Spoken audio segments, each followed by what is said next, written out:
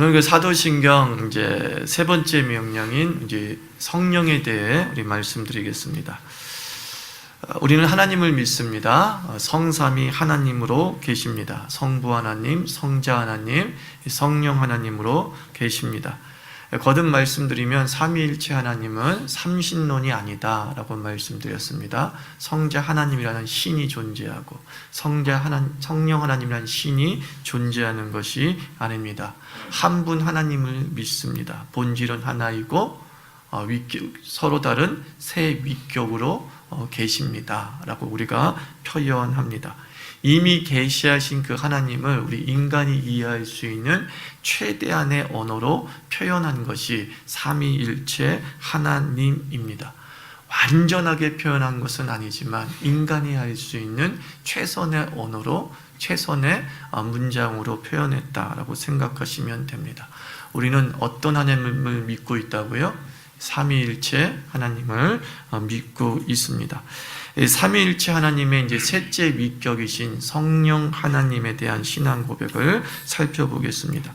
성경을 통해서 알려진 성령 하나님은 창조의 영 또는 생명의 영 그리고 그리스도의 영 또 진리의 영으로 성경에 기록이 되어 있습니다. 사도신경 진행과 관련해서 우리가 성령 하나님을 이해할 필요가 있습니다. 사도신경은 삼위일체적 신앙 고백을 세 단락으로 나누어서 고백하고 있다라고 말씀을 드렸어요. 첫 번째 명제가 우리는 성부 하나님을 고백했습니다.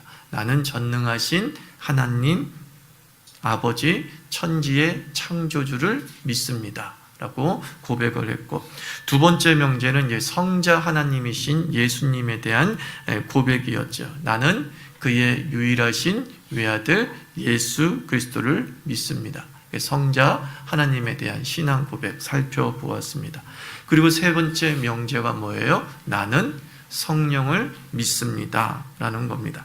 그래서 성령 하나님은 성부 하나님 그리고 성자 하나님의 관계성에서 이해해야 된다라는 겁니다.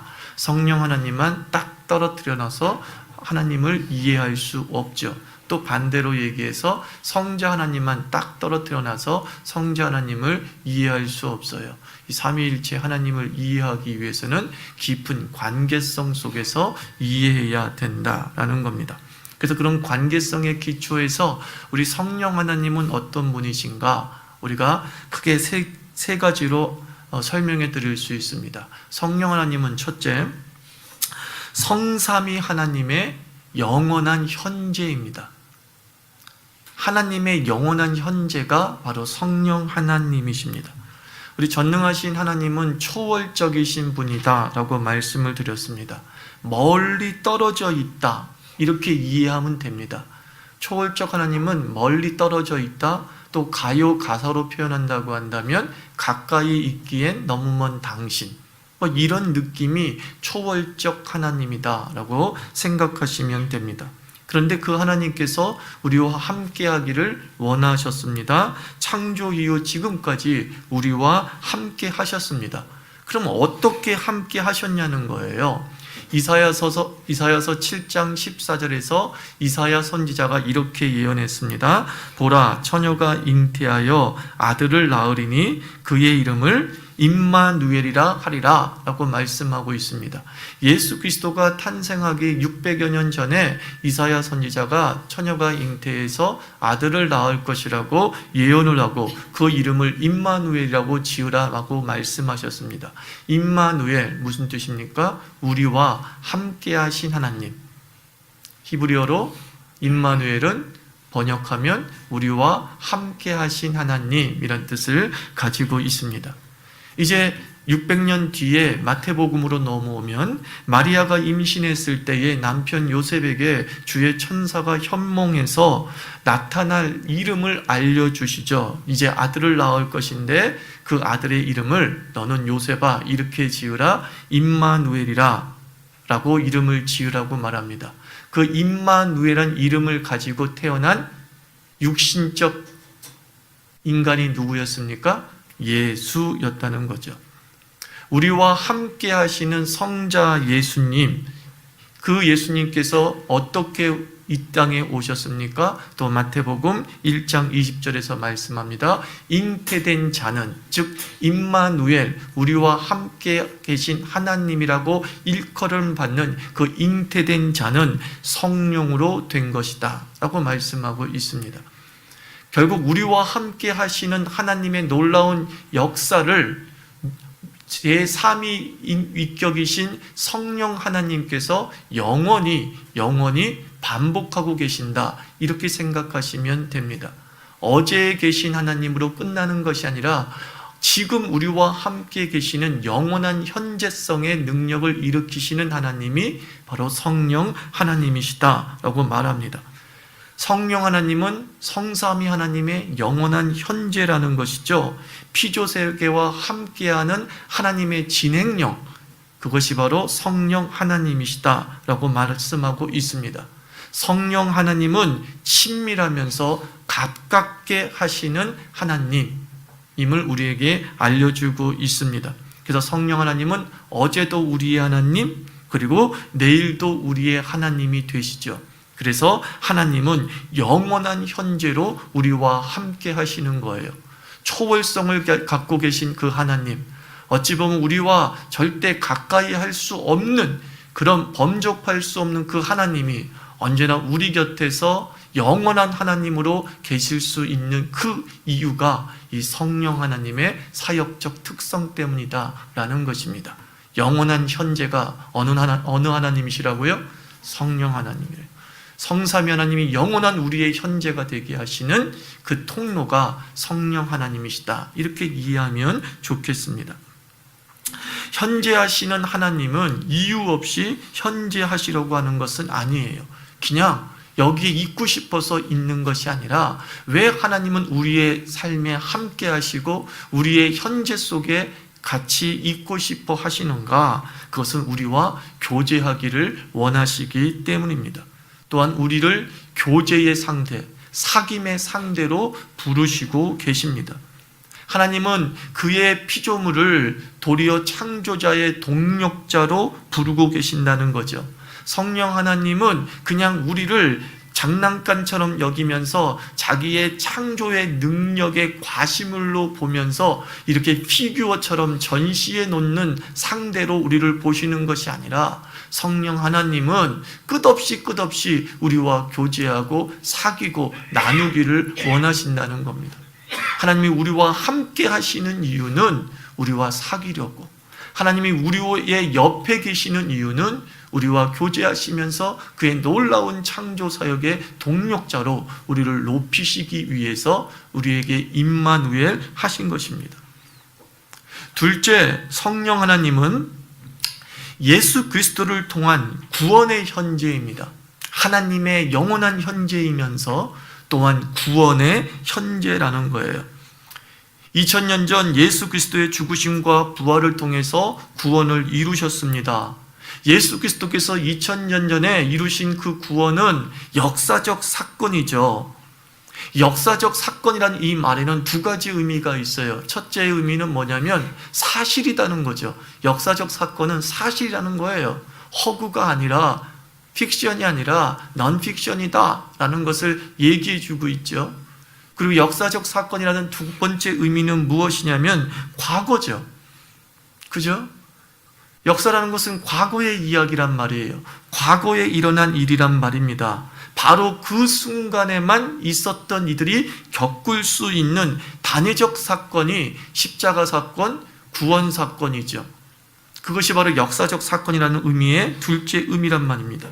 그런데 과거에 일어난 그 일이, 과거에 있었던 사람들에게만 적용될 수 있는 그 구원이 여전히 현재가 되는 이유가 무엇이냐면, 그것이 바로 삼위 하나님이신 성령 하나님의 역사라는 거예요.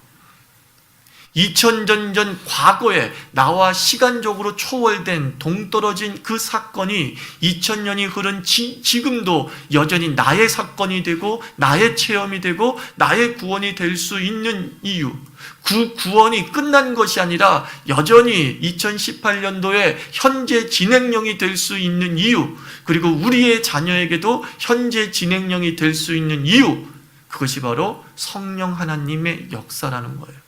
성령 하나님은 지금 구원을 진행시키시고 있고 구원을 적용시키고 있음을 우리에게 가르쳐주고 있습니다.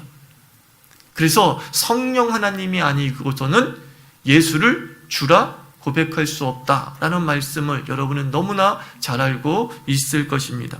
내주하시면서 예수의 사건을 우리 속에 적용하고 계시는 것이죠. 여기서 한번 우리 성령님의 어떤 실체를 한번 상상해 봅시다. 많은 사람들이 성령 하나님을 허공에 떠도는 하나님으로 오해하는 것 같아요. 마치 부천을 맴도는 영혼같이 하나님을 오해하는 사람들이 있더라고요. 어디 공중에 막 이렇게 두둥실 있는 것 같은 거야. 보이지는 않지만 어디 공중에 두둥실, 그죠? 떠다니는 거야. 바람 같고 공기 같고 뭐 이렇게 여긴단 말이죠. 그러니까 우리의 샤머니즘적 사상의 DNA로 인해서 성령 하나님을 그렇게 오해하고 있는 거죠. 성경이 계시한 성령 하나님은 떠도는 분이 아니시죠. 고린도전서 3장 16절에서 분명히 우리에게 이렇게 계시하셨습니다. 하나님이 너희 몸이 하나님이 영이 거하시는 뭐라 그랬어요? 성전이다 그랬습니다. 하나님은 허공을 떠도는 분이 아니라 성령 하나님은 공기 바람처럼 뭔가 나그네처럼 유유자적하며 이리 다니고 저리 다니는 분이 아니라 하나님은 내주하시는 분이에요. 하나님은 거주하시는 분이에요. 그 하나님은 어디에 거주하신대요? 우리의 몸이다 라고 얘기합니다. 우리의 인격이다 라고 얘기합니다. 우리의 영혼 속에 거주한다 라고 말씀하고 계십니다. 그러면 그 하나님이 우리 속에 내주하신다고 하는 증거가 무엇이냐? 앞서 말한 대로 예수 믿음이라는 거예요. 하나님이 허공에 떠돌지 아니하시고 우리의 몸을 성전 삼아 우리 속에 내주하신다는 그 증거가 우리의 입술로 예수를 주라 고백하기에 이르게 된다는 겁니다. 앞서 성경의 말씀대로 성령이 아니고서는 누구도 예수를 구주라고 고백할 수 없다라고 하였고, 성령 하나님은 우리로 하여금 하나님을 아빠, 아버지라 부르게 하신다라고 말씀하셨고, 그 성령 아들의 영으로 말미암아 우리가 하나님의 자녀가 된다라고 말씀하고 있습니다. 내주하시는 그 성령 하나님께서 2000년 전 역사적 사건이 오늘의 사건이 되게 하시는 이유는 우리 속에 계시기 때문이에요. 우리의 영혼 속에 내주하시어서 끊임없이 우리의 영혼에 믿음의 선물을 주시고 강화시키는 사역을 한다는 거죠. 신학적 용어로 끊임없이 구원을 적용하고 계시는 하나님이 성령 하나님이에요. 성자 하나님을 통해서 이루신 그 구원의 효력을 여전히 지금도 가능케 하시는 사역을 감당하시는 분이 바로 성령 하나님이시다라고 생각하시면 됩니다. 이 성령 하나님은 진리의 영으로도 알려져 있다라고 말씀했습니다. 복음을 알게 하시고 깨닫게 하시고 믿게 하시기 때문에 진리의 영이다라고 말합니다. 그러므로 성령 체험 중에 최고의 성령 체험이 뭐겠어요? 결국 예수를 주로 고백하는 것이 성령 체험이에요. 한국 교회는 또 오순절주의의 영향이 좀 지나치게 강화돼서 성령의 이 귀중한 예수 그리스도의 사건과의 적용이 약화되고 성령의 현상적인 측면이 성령의 역사로 둔갑되었다는 거예요. 뭔가 기이한 현상을 체험하고 오늘 읽었던 말씀처럼 막 입술에서 방언이 튀어나오고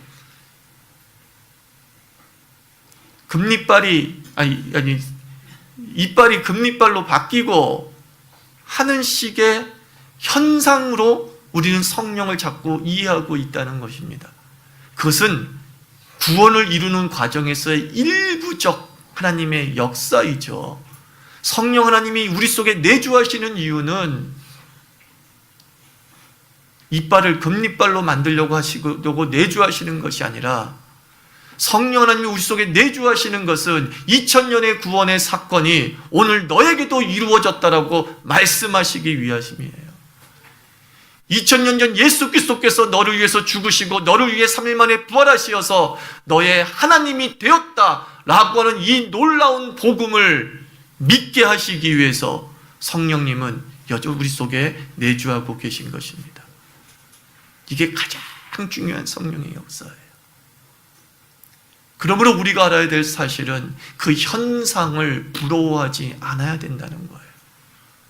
그 현상을 보면서 우리는 하나님의 살아계심을 찬양해야 되는 것이지, 그 현상을 보면서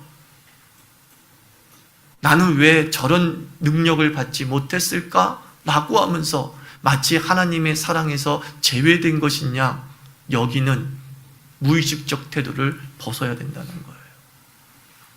여러분에게 그런 현상이 나타나지 않아도 여러분은 충분히 주 예수의 사랑을 받고 있습니다. 그것이 뭐예요? 내주하심으로 고백되어지는 신앙 고백이라는 거예요. 사도신경이 나의 신앙으로 받아들여진다는 사실 자체가 성령 하나님을 통한 무한한 사랑이 우리에게 충분히 베풀어졌음을 믿으시기 바랍니다. 예수 그리스도의 구속 사건을 현재가 되게 하시는 그 성령 하나님께서 이제 그 역사의 과정을 저는 좀 단순하게 이렇게 말하고 싶어요. 성령이 우리에게 내주하셔서 구원을 적용시켜 나가시고 새 창조를 이루어 나가시는데, 그러면 나는 어떻게 그 성령의 체험들을 가늠할 수 있냐? 궁금하지 않습니까?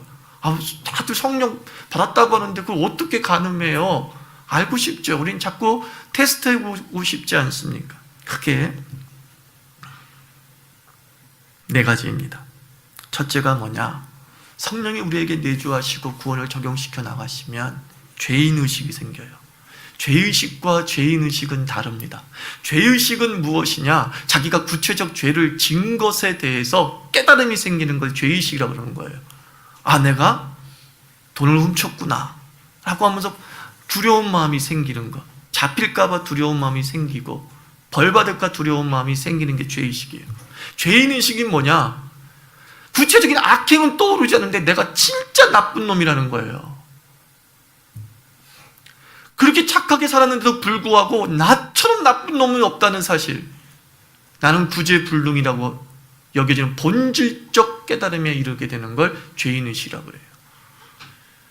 이거 다 한번 체험했을걸요, 여러분. 예수 그리스도를 온전히 고백한 사람은요, 내가 그렇게 나쁜 놈으로 보이는 거예요. 참 한심하고 별 볼 일 없고, 이 죄인의식에 이르게 되고, 그래서 둘째 어떤 일이 벌어져요?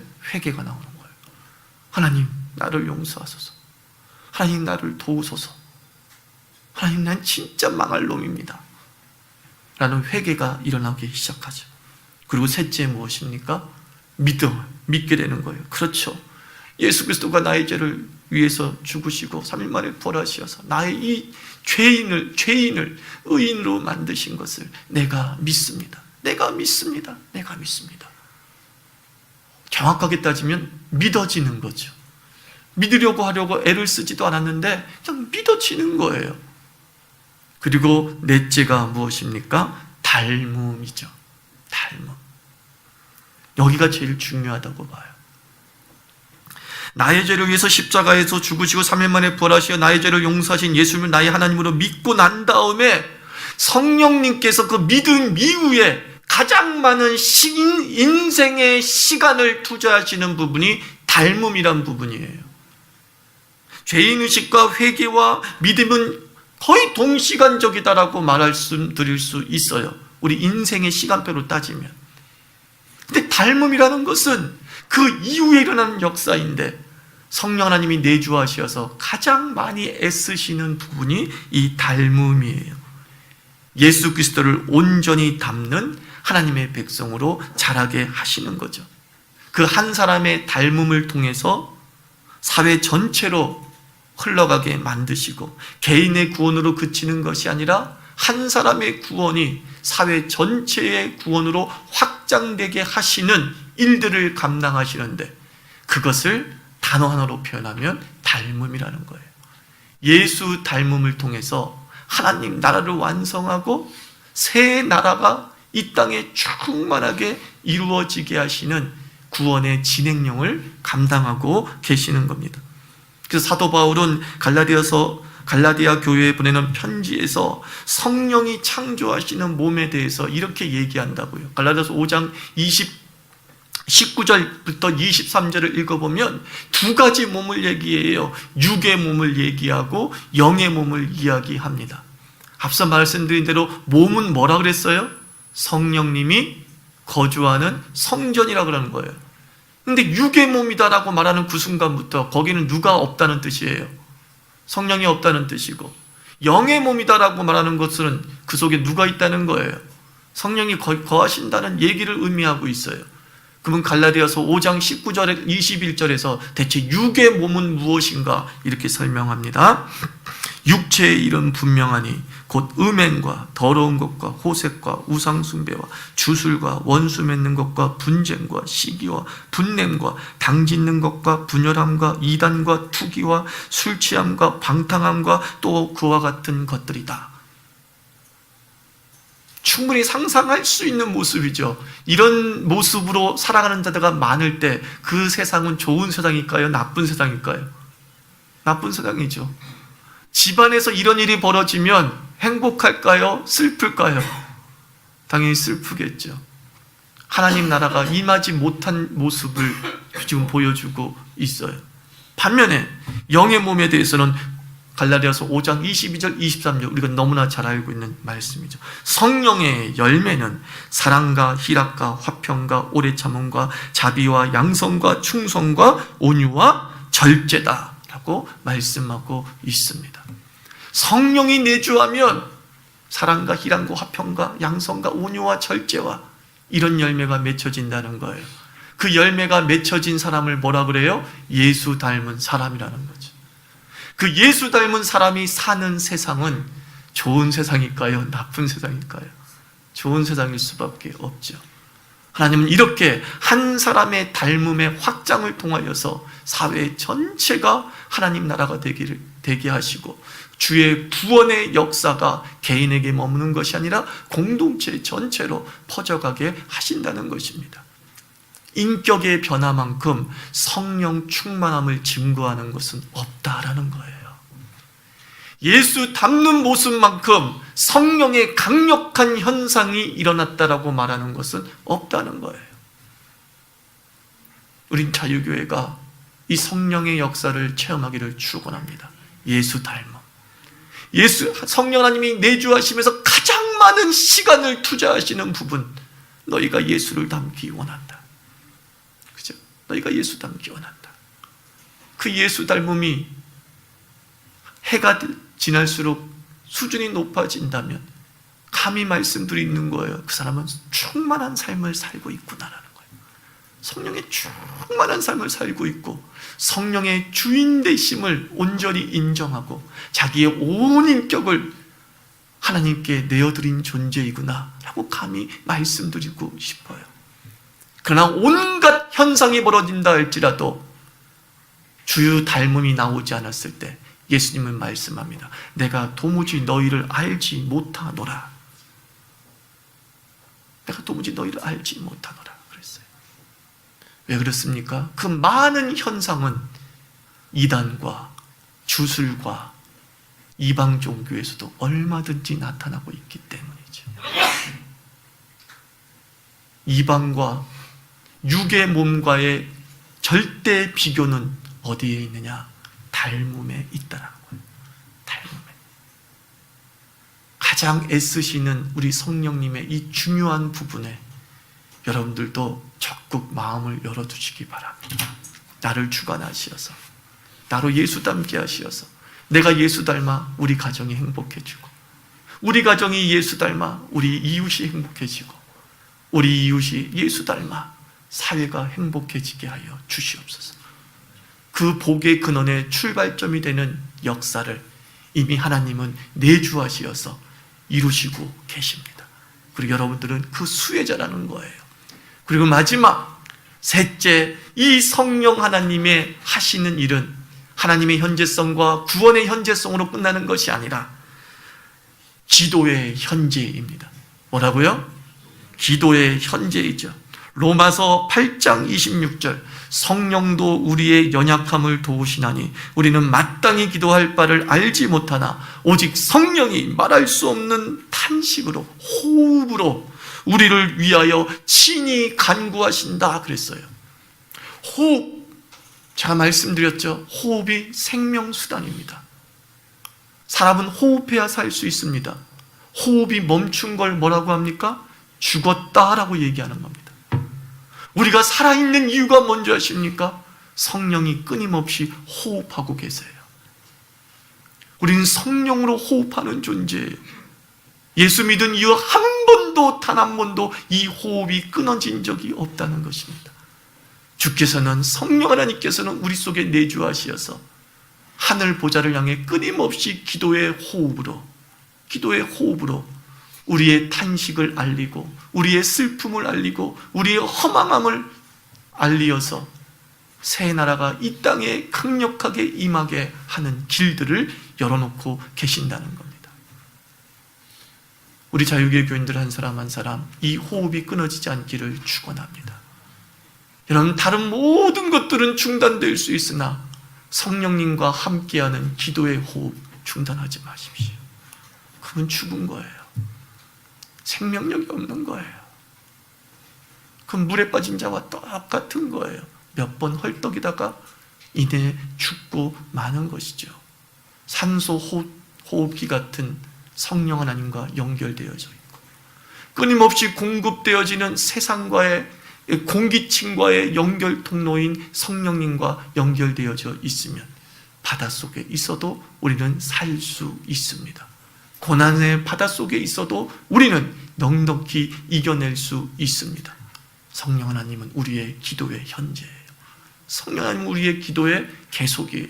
성령 하나님은 우리의 기도의 호흡입니다.